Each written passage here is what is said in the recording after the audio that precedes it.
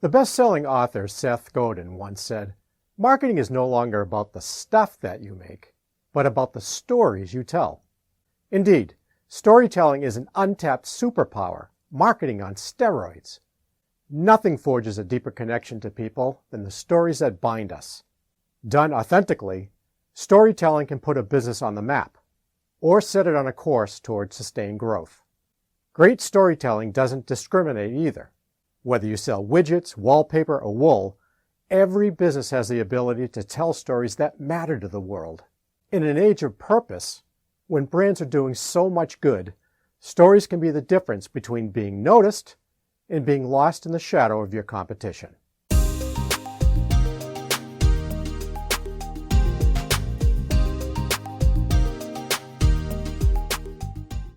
Purposeful storytelling isn't show business.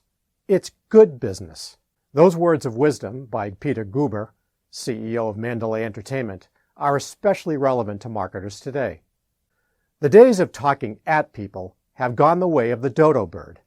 Modern marketing is about making people feel like they're gathered around a table, taking part in conversations and listening to stories that appeal to both their hearts and minds. People want to know that your brand shares their values, their needs, and that you're there to help them.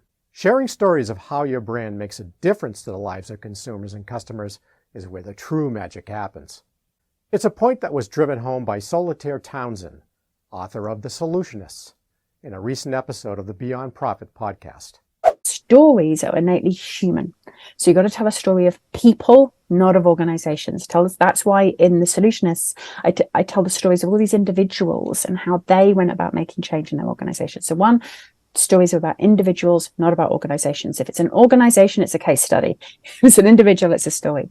Secondly, our stories have got to be around the benefits to people. A story can't be around how what you're doing has brought better price points, how what you're doing is bringing sustainability advantages. It's got to be around what's in it for me. One of the things I always tell people who are trying to live a sustainable lifestyle, who are trying to eat differently, travel differently, buy differently, manage their homes differently, is don't tell people what you did, tell people what it did for you.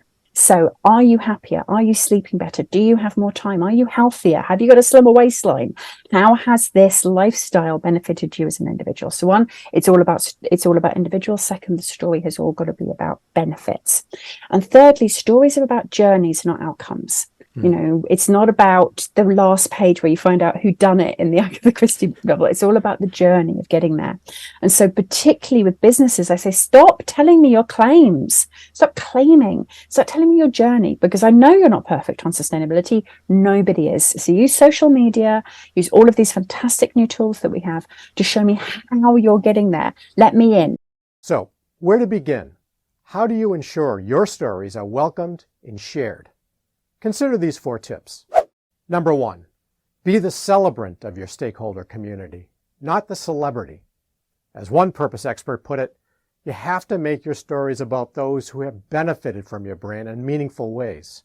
Self-directed or self-serving stories about your brand will emit about as much energy as an empty football stadium. Center your community and make them the star. Number 2, look to your CEO as chief storyteller. No one is in a better position to repeat your purpose story than the CEO. Period.